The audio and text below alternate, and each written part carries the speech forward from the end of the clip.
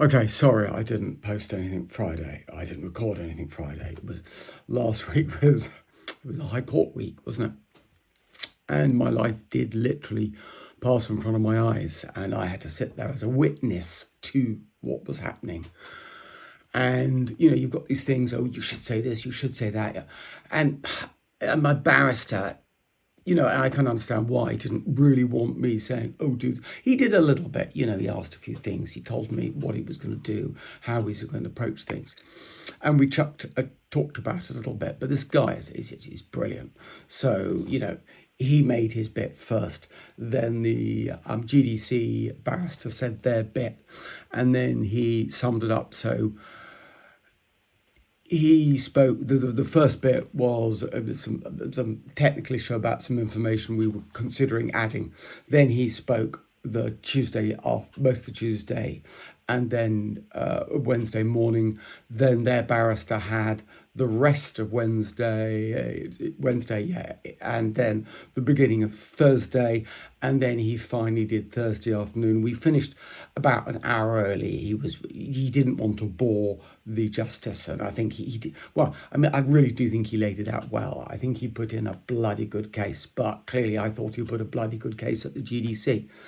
Then, of course, I had a weekend. What did we do? We went out to the Miller and Jessica's favourite restaurant, this buffet in Croydon, the JC buffet. It's a fantastic buffet. Apparently, I think it's the biggest buffet in Britain, and so big that they can have fresh food on everything and be regularly cooking. Get that scale, and you can. It's a good buffet meal. You can choose whatever you want for your diet. And it's reasonably good food. I've seen them economise gently over the last 5-6 years since we've been going there.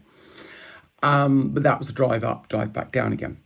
Zarina didn't want to go, which was cause some tension. A Saturday, I went to a mate's birthday, came back, went for my sister's youngest son, second son, is now going out with my old best friend. So my best friend as I was leaving school, and then when I went to university, and for a good chunk, it was my best friend. Clearly, I mean, I had lots of best friends; they all overlapped, but he was clearly my best friend at one point. And his daughter is now going out with my sister's son, and since he was always trying to shock my sister, he was quite a ladies' man. He was always trying to shock my sister. Now the fact that the roles are completely reversed, quite funny. And she had a kind of meet the parents sort of thing, meeting her son's partner's parents, who clearly she'd known Hal since, well, she probably since she could remember, since she's 5 years younger than me and I was at school. So that was quite, and I went along then because it just added to the crowd. It was great. It really was. And then yesterday I met up with my brother, who met up with some old friends. They went on a walk. We went to Penshurst. I had lunch at this cute Penshurst, the little village. It's just beautiful. It's around Penshurst house, palace house, I don't know. Beautiful. It is a little bit of a rich man's village that he built around his house, but it is lovely. Now this weekend it's just been a little bit mind-blowing because the whole, I've been wound up. I've been running on adrenaline. Well, I don't know, on and off for, 8.5 years. So Zarina, my number two, is 9.5, and it was almost exactly her first birthday when the first writ came through from the GDC, which means that if they really were interested in preventing harm, well, how can it have gone 8.5 years since whatever. Now, it has been strange, this sort of come down. It's been really quite uncomfortable at times. I didn't sleep on Friday. I didn't sleep very well last night. And I'm now being Monday. So it just, whoa, what can you do? You do these huge things in life, and well, now it's a waiting game, waiting for the result. We're probably going to be sometime in May for the result to come out. Now, what's been happening in family life, because I need to just offload, I guess, a little bit. It's been a bit brutal. I mean, Millie had 2 relapses this year so far. One just about as bad as it can get. Um, it just was. That was really tough, and that's when the kids were a bit more involved, and that was just brutal. And of course, then I had number two daughter just one night in tears saying she'd prayed that New Year was going to be different this year, and then it wasn't, and then she's confiding in me, and that's just difficult. And I can understand. Anyway, and then we had another one that was much more, but the kids weren't really, they didn't notice us involved. Anyway, Millie's now got a job. Well, she had it now. She had it just before Christmas. She's got a job as a carer, and she's really throwing herself into this job. She's taking on extra shifts. She's regularly working 8 to 8. And she's, and this month, the end of this month, I think will go into being in the black. So that's financially, we will have more money coming in than going out. And this has been a really tough period of my life. From, when was it? November last year, round, 14, 15 months of just scraping by. I mean, I've been incredibly lucky. It's more than luck. I don't know what it is. You just get a bit down and someone comes, I've got a project and I'll give you £6,000 advance, and you go, that's useful because that's precisely what I need right now.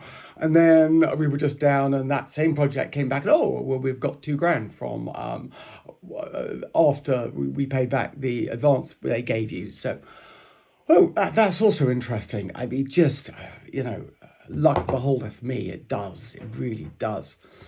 But then of course number one child is just really struggling with this ADHD kind of autism thing. And of course, I can see her struggling with it. She's really, really trying to control herself.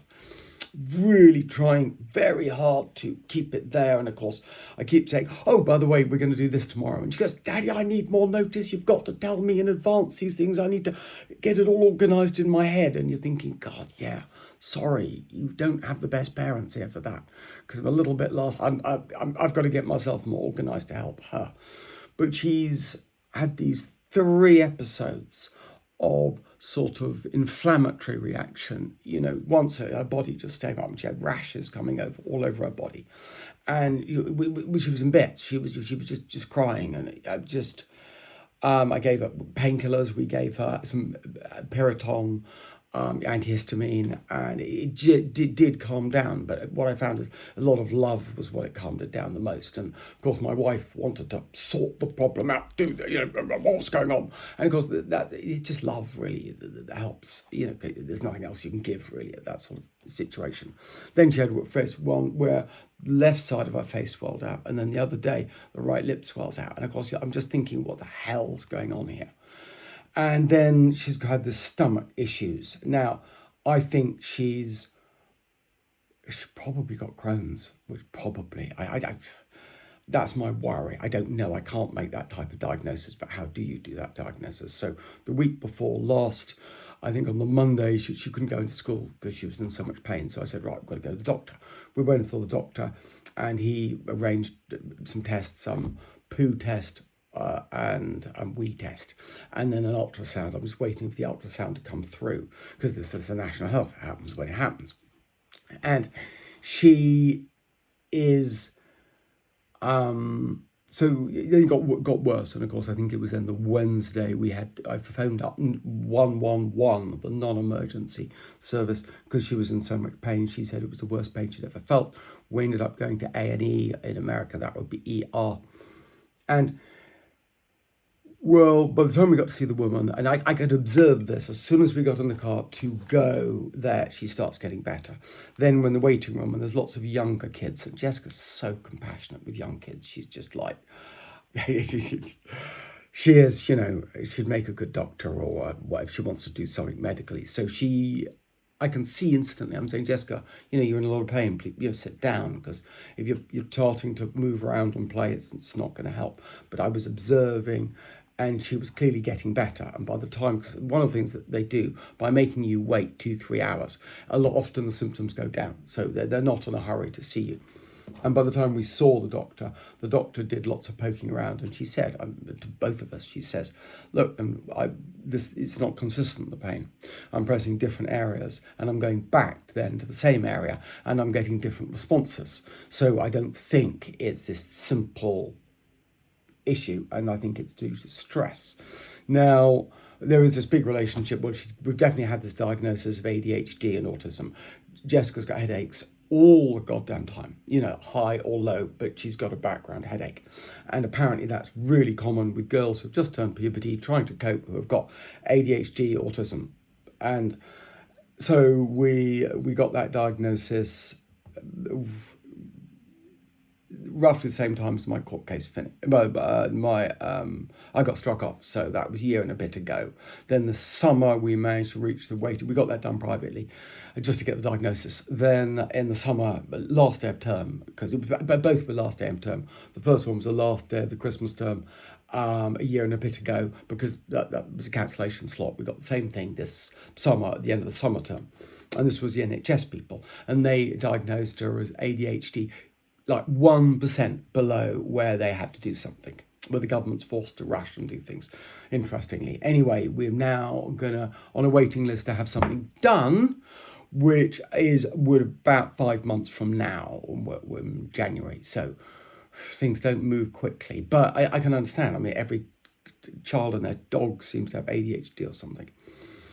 But there's a real link between ADHD and tummy problems. So, I think I get it's a little bit of stress and probably a little bit of maybe something, irritable bowel syndrome, let's just say, because there's this real link between the two of them. We've got a diagnosis for one. What do we need a diagnosis for the other? And what I noticed is last night she was in pain. Well, we went out with my brother and she had a Yorkshire pudding, which is heavy on wheat. And so I said, look, you eat that, you're probably going to be in pain. Last night she was in pain. And of course, we have days of the week, and it was the younger child's day of the week. So she wants me to put her to bed. I put her to bed. And she then I have to go and put Jessica to bed because my wife was working this morning, and it's, of course, early. And she said, I've got to get to bed. And again, yeah, it's just, a bit more love would have helped in that situation. Anyway, I took over and we just sat there and just, comforted her. We watched a bit of The Good Doctor, which we're watching, the series we're watching with her at the moment.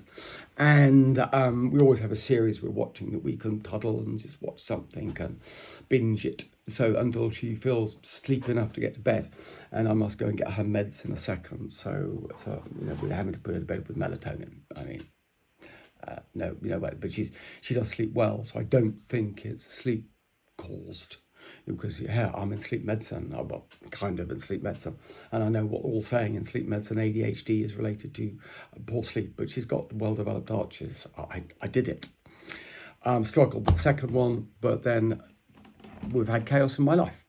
Okay, and so now I need to now that stress has gone, I hope the whole family stress starts to come down. I get Milla's stress down. I need to think of objective things to help her with, but she needs to be taking this as well.